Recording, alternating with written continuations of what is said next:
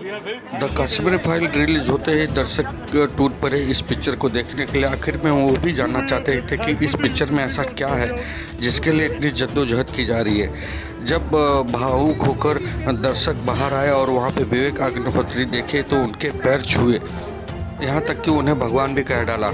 ये सारी चीज़ें इसलिए हो रही थी क्योंकि जो अभी तक नहीं दिखाया गया था उसे अग्निहोत्री जी ने बहुत ही अच्छी तरह से, और जो कैरेक्टर है उन सभी लोगों ने बहुत अच्छी तरह से निभाते हुए लोगों के दिलों पर राज कर रहे हैं। ऐसे कुछ भावुक पल और पब्लिक रिव्यू और प्रेस कॉन्फ्रेंस में क्या बातें हुई थी इस मूवी को लेकर, ये सारी चीज़ दिखाने के लिए मैं हूँ संजय मिश्रा, लोकमित्र न्यूज़ से।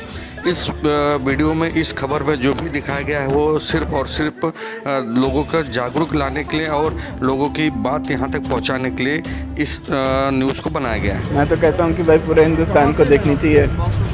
मैं खुद कश्मीरी पंडित हूँ। अच्छी भैया, मेरे पापा। अच्छा, कल आपको जो भी है इस मूवी के ये हमारे जख्मों की कहानी, अच्छा हमारे जख्मों की कहानी फिर से आ रही, नहीं, वो तो मालूम चली इस मूवी के थ्रू लोगों को जागरूक कर रहे हैं, लोगों की जो भी है फिर से हर हिंदू को देखनी चाहिए, हर भारतीय को देखनी चाहिए। मैसेज दिया इस मूवी ने आपको। मूवी हमने रियलिटी में देखा है। मुझे उस समय मेरी ड्यूटी थी शुपियन में जब रुबिया से सईद को इन्होंने बोला गबन कर दिया। 10 दिन में फंसी थी, मेरा 8 मंथ का बच्चा भी गया। बताओ। उस बस में टेररिस्ट चढ़े, गन पॉइंट पे मैंने छलांग मार दी। बहुत अत्याचार ये तो हमें रिपीट हुआ कैसे, हम रात के 1 बजे नंगे पैर। अगर पॉलिटिकल पार्टीज को अपना फ्लैग रखने का हक है तो कश्मीरियों को क्यों नहीं? अगर इंडिया ब्रिटेन से अपनी इंडिपेंडेंस के लिए लड़ सकती है तो कश्मीर क्यों नहीं? कहीं ऐसा तो नहीं कि 30 सालों से जिसे तुम सच मान रहे हो कहीं वो सच ही नहीं?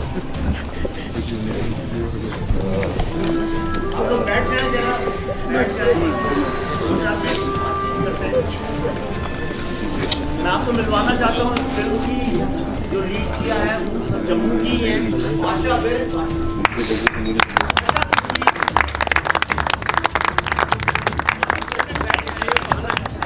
लेकिन मेरा एक सवाल है और एक जेन्युइन सवाल है, आप मेरी आवाज से पहचान सकते हैं सवाल कितना जेन्युइन है।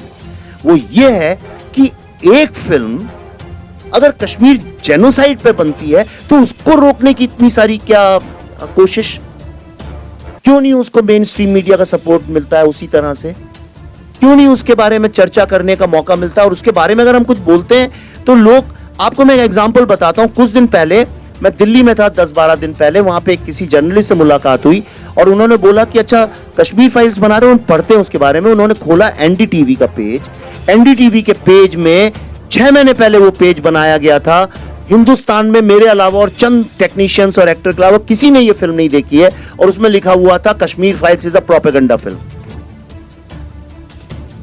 इसलिए खुल के बोल रहा हूं, ये पब्लिक डोमेन में है। उसके ऊपर ऑप इंडिया ने एक एक्सपोजे किया, और जब उन्होंने एक्सपोजे किया तो एनडीटीवी ने चोरी से, चुपके से, बिना अपॉलॉजी मांगे हुए उस वर्ड को डिलीट कर दिया और सिर्फ लिख दिया कि इट्स अ फिल्म बाय विवेक रंजन अग्निहोत्री। तो अगर वो पहले सच लिख रहे थे तो अभी हटाया क्यों? अगर हटाया मतलब वो खुद प्रोपेगेंडा कर रहे थे, isn't it?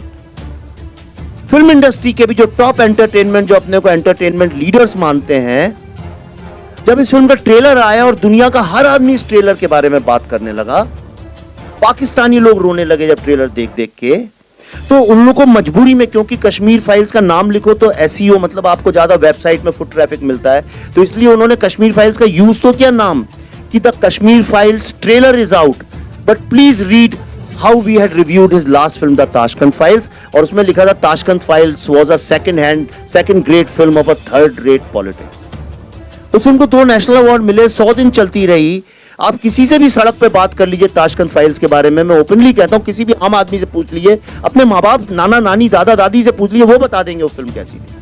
मुझे इससे भी आपत्ति नहीं है कि सेकंड ग्रेड बोले, थर्ड ग्रेड बोले, लेकिन कश्मीर फाइल्स के ट्रेलर में 3 साल पुराना रिव्यू, तो ये आज सवाल अपने कॉन्शियंस से पूछिए कि जब टेररिस्ट को ग्लोरीफाई करते हैं फिल्मों में, और एक झूठ नैरेटिव जब हम क्रिएट करते हैं तब तो खूब उसको ग्लोरीफाई और सेलिब्रेशन होता है, जैसे कि हमने सिनेमा की और समाज की ऐसी कोई फिल्म बना दी है।